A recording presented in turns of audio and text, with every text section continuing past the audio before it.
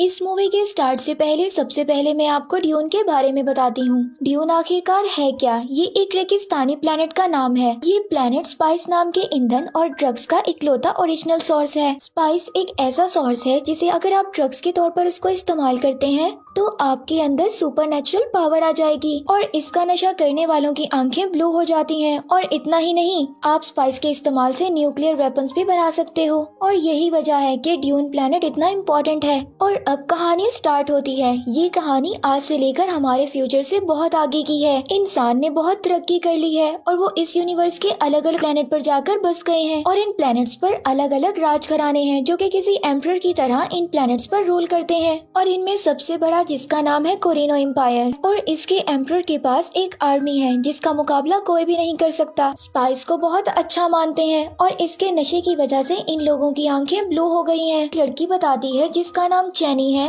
वो बताती है कि किस तरह आउटसाइडर इनकी जमीन से स्पाइस को हार्वेस्ट कर रहे हैं। और इन आउटसाइडर्स को डायरेक्शन देता है रॉबिन, जो कि इनका लीडर है। लेकिन फिर अचानक एम्परर के ऑर्डर पर वो लोग इनके प्लेनेट को छोड़ देते हैं। किसी को भी समझ नहीं आता कि ऐसा डिसीजन क्यों लिया गया। और अब मूवी शिफ्ट होती है कैलेडन नाम के एक प्लेनेट पर। और अब हम यहाँ पर मिलते हैं एक लड़के पोल और उसकी माँ जेसिका से, जो कि एक विच है और इसके पास बहुत सारी पावर्स हैं जिनका वो इस्तेमाल करना पोल को सिखा रही है। और अब पोल अपनी माँ को बताता है कि उसे एक जैसे ड्रीम्स बार बार आ रहे हैं जिसमें वो एक नीली आंखों वाली लड़की को देखता है जो कि हकीकत में चैनी है। और एक दिन दूसरे प्लेनेट का किंग इनके प्लेनेट पर आता है और अब वो वहाँ के किंग को बताता है, जो कि कोई और नहीं पोल के फादर हैं, कि कैसे उसे एम्परर के ऑर्डर पर अराकिस से स्पाइस को माइन करना है। एम्परर के ऑर्डर को एक्सेप्ट कर लेता है। इसके बाद पोल अपने फादर के एक वॉरियर से मिलता है और अब पोल उसको बताता है कि उसने अपने ड्रीम में उसको मरते हुए देखा है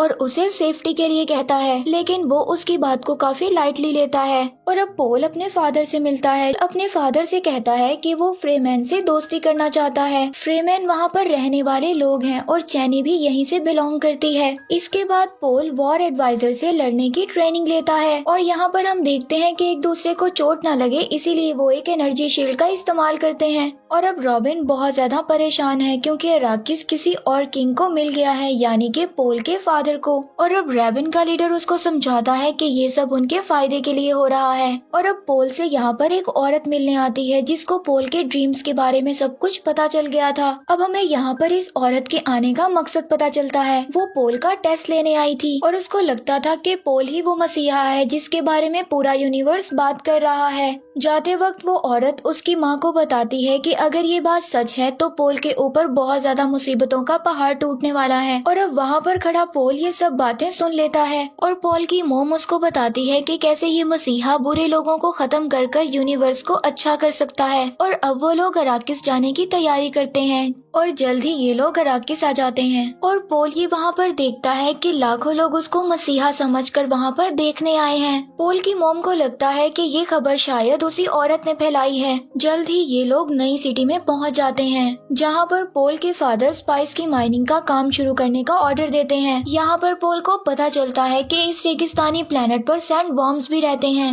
जो कि चलने का साउंड सुनकर उनकी तरफ अट्रैक्ट होते हैं। और इससे बचने के लिए फ्रेमैन एक ऐसे पैटर्न पर चलते हैं जहाँ पर डेजर्ट का नेचुरल साउंड निकलता है। और यहाँ पर हंटर बग की मदद से पोल को कोई मारने की कोशिश करता है और अब पता चलता है कि ये दूसरे किंग का आदमी था। उधर पोल के फादर का वॉरियर उनको आकर बताता है कि यहाँ पर उनकी 100 से भी ज्यादा फ्रेमैन रहते हैं और कहता है कि इन्हीं में से इनके एक लीडर को वो अपने साथ लाया है। और अब पोल के फादर उससे दोस्ती करने की कोशिश करते हैं और उनसे कहते हैं कि अब तुम्हें कोई भी नुकसान नहीं पहुंचाएगा। और वो लीडर उनसे कहता है कि वो जल्दी अपना काम खत्म करें और यहाँ से चले जाएं। इसके बाद पोल के फादर माइनिंग की तैयारी देखने के लिए जाते हैं, लेकिन उसको पता चलता है कि जो लोग पहले माइनिंग कर रहे थे वो मशीनों को बहुत ही बुरी हालत में छोड़कर गए हैं। और फिर वो फौरन ही एक लड़की को बुलाते हैं जो कि खुद भी एक फ्रेमैन है। अब वो इन सबको एक सूट देती है और बताती है कि इस सूट में एक फिल्ट्रेशन सिस्टम है जो हमारे जिस्म के गंदे पानी को भी पीने के काबिल बना देता है ताकि रेगिस्तान में लोग मुसीबत पड़ने पर अपनी जान बचा सकें। और यहाँ रेगिस्तान में पीने के पानी की बहुत तंगी है और यहाँ के लोग पानी की एक बूंद को भी जाया नहीं करते। अब ये लोग प्लेन की मदद से उस फील्ड में जाते हैं जहाँ पर एक मशीन स्पाइस की माइनिंग कर रही है। और जब ये लोग निगरानी कर रहे थे तो अचानक इनकी नजर एक वॉर्म पर पड़ती है जो कि इनकी मशीन की तरफ आ रहा था। और पोल के फादर अचानक ये फैसला लेते हैं और अपने प्लेन को नीचे उतारते हैं ताकि वो मशीन में फंसे लोगों की मदद कर सकें। पोल भी इस काम में आगे बढ़ता है ताकि वो लोगों की मदद कर सके। तभी अचानक से उसको विजन्स आने लगते हैं जिसकी वजह से वो बेहोश होने लगता है। तभी वहाँ से एक आदमी उसको वहाँ से निकाल कर ले जाता है। इसके बाद ये लोग पहली बार उस वॉर्म को देखते हैं कि वो इतना बड़ा था कि देखते ही देखते पूरी माइनिंग मशीन को निगल जाता है। और अब पोल के फादर सबको कहते हैं कि उन्हें जल्द ही स्पाइस की माइनिंग को शुरू करना होगा वरना उनके लिए बहुत ज्यादा प्रॉब्लम्स होंगी। लेकिन वो लड़की उसको कहती है कि इस काम में वो कोई उसकी मदद नहीं कर सकती। इसके बाद एक डॉक्टर पोल का चेकअप करता है और वो उसको बताता है कि शायद स्पाइस में जाने से उसको कोई एलर्जी हो गई है। और पोल फिर अपनी माँ को बताता है कि उसने फिर से उस नीली आंखों वाली लड़की को देखा जो कि उसे मारने की कोशिश कर रही थी। और उसे वहाँ पर एक नाइफ भी दिखा जिसे फ्रीमैन अपना एक मजबूत हथियार मानते हैं। और अब अपने ड्रीम्स में वो अपनी माँ के दूसरे बच्चे को भी देखता है जो कि एक लड़की है। और अब उसे लगता है कि शायद वो उसकी बहन है। और अब नेक्स्ट सीन में बैरन अपनी आर्मी को लेकर अराकिस पर हमला करने के लिए आगे बढ़ता है। इधर वो डॉक्टर पोल और उसके फादर को कुछ दवाइयाँ देता है ताकि उनको अच्छे से नींद आ सके।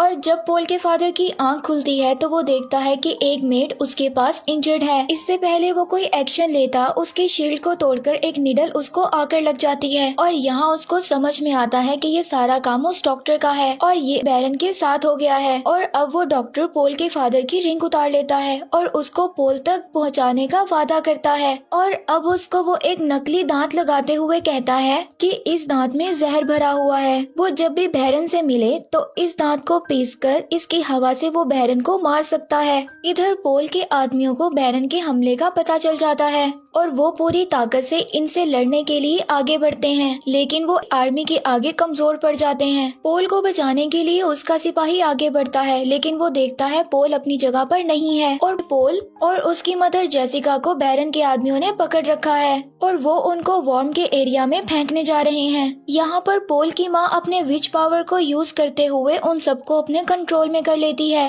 वो सभी आपस में लड़ने लगते हैं। इसके बाद पोल और उसकी माँ नीचे आ जाते हैं और देखते हैं कि बैरन के आदमियों ने पूरी सिटी को तबाह कर दिया है और अब वो पनाह लेने के लिए एक जगह पर रुकते हैं।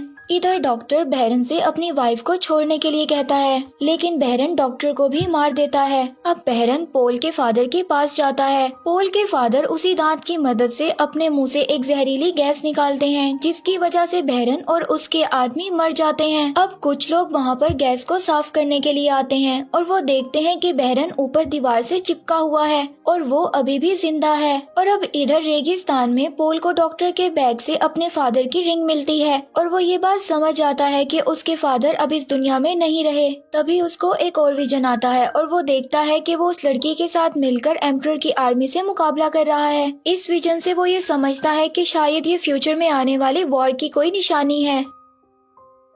अब वो उस जगह से बाहर निकलते हैं जहाँ पर उन्होंने रात को पनाह ली थी और उनका वही सिपाही उनको ढूंढता हुआ वहाँ पर आ जाता है। वो उनको बताता है कि डॉक्टर के बैग में एक ट्रैकिंग डिवाइस था जिसकी मदद से मैंने तुम लोगों को ढूंढ लिया और बताता है कि वो लड़की भी अब मदद करने के लिए तैयार हो गई है। इसके बाद वो उस लड़की के लैब आते हैं जो कि उन्हें बताती है कि ये एक टेस्टिंग लैब है। यहाँ पर पोल उसको कहता है कि वो अपने फादर की बात को मानेगा और फ्रीमैन के साथ दोस्ती कर कर उन्हें अपने साथ मिलाएगा जिससे कि वो साथ मिलकर एम्परर के खिलाफ लड़ सकें। और यहाँ पर एम्परर की आर्मी ने उन लोगों को ढूंढ लिया था। वो सिपाही भी मारा गया था और अब पोल को जो ड्रीम्स आते थे उसका एक ड्रीम पूरा हो जाता है। अब पोल और उसकी माँ उस लड़की के साथ मिलकर एक सुरंग की तरफ जाते हैं जहाँ पर वो लड़की बैरन के आदमियों का मुकाबला करने के लिए चली जाती है और अब वो एक डिवाइस को जमीन में लगाती है जिसे वो वॉर्म्स को अट्रैक्ट कर सके और तभी बैरन के आदमी वहाँ पर आ जाते हैं। इससे पहले वो कुछ कर पाते वॉर्म्स वहाँ पर आ जाता है और वो उस लड़की के साथ साथ उनको भी निगल जाता है कि माँ हेलीकॉप्टर की मदद से आगे बढ़ रहे होते हैं। तभी कुछ लोग उनका पीछा करते हैं। वो उनसे बचने के लिए एक सैंडस्टॉर्म में दाखिल हो जाते हैं जिससे उनका हेलीकॉप्टर क्रैश हो जाता है। और अब नेक्स्ट सीन में हम बहरन को देखते हैं। रेवन उसको बताता है कि पोल और उसकी माँ सैंडस्टॉर्म में मारे गए। बहरन अब सभी फ्रेमैन को भी मारने का ऑर्डर देता है और अब आगे पोल और उसकी माँ हेलीकॉप्टर से मिले स्टील सूट को पहन लेते हैं और अपने उसी सिपाही के कंपास की मदद से कबीले को ढूंढ लेते हैं। और तभी वॉर्म तेजी से उनकी तरफ आगे बढ़ने लगता है। इससे पहले वो उनको निगलता वो अचानक रुक जाता है क्योंकि उसे उसी डिवाइस का साउंड सुनाई दे रहा था।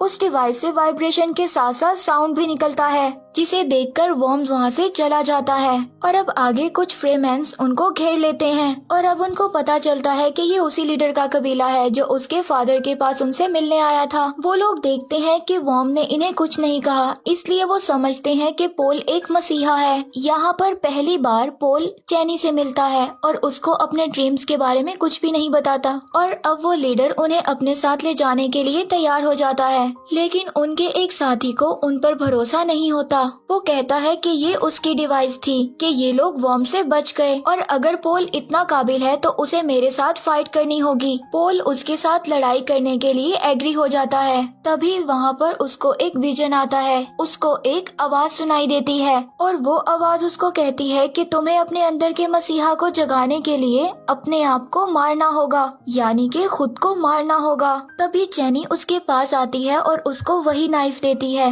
वैसे ही जैसा उसने अपने ड्रीम में देखा था। चैनी उसको कहती है कि वो उसको कोई भी मसीहा नहीं मानती। वो ये नाइफ उसको इसलिए दे रही है कि वो एक वॉरियर की मौत मर सके। यहाँ पर ये लोग फाइट करने लगते हैं और पोल उसको काबू कर पीछे हटने को कहता है, लेकिन वो लीडर पोल को कहता है कि ये लड़ाई तुम दोनों के किसी एक के मरने पर ही खत्म होगी। वहाँ पर पोल की माँ उसको बताती है कि पोल कोई कातिल नहीं है, उसने आज तक कभी किसी को नहीं मारा। पोल समझ जाता है कि वो आवाज उसे अपने आप को बदलने के लिए कह रही थी। इसके बाद वो उस आदमी को मार देता है और फ्रेमैन के कबीले को अपने इरादे बताता है कि वो किस तरह उन लोगों के साथ मिलकर एम्परर की आर्मी से लड़ना चाहता है। वो लोग उसकी बात से एग्री होकर अपने कबीले की तरफ बढ़ने लगते हैं। अब वो थोड़ा आगे जाकर एक फ्रेमैन को वॉर्म की सवारी करते हुए देखते हैं और चैनी उससे कहती है कि ये सिर्फ स्टार्ट है और यहीं पर स्टोरी एंड हो जाती है।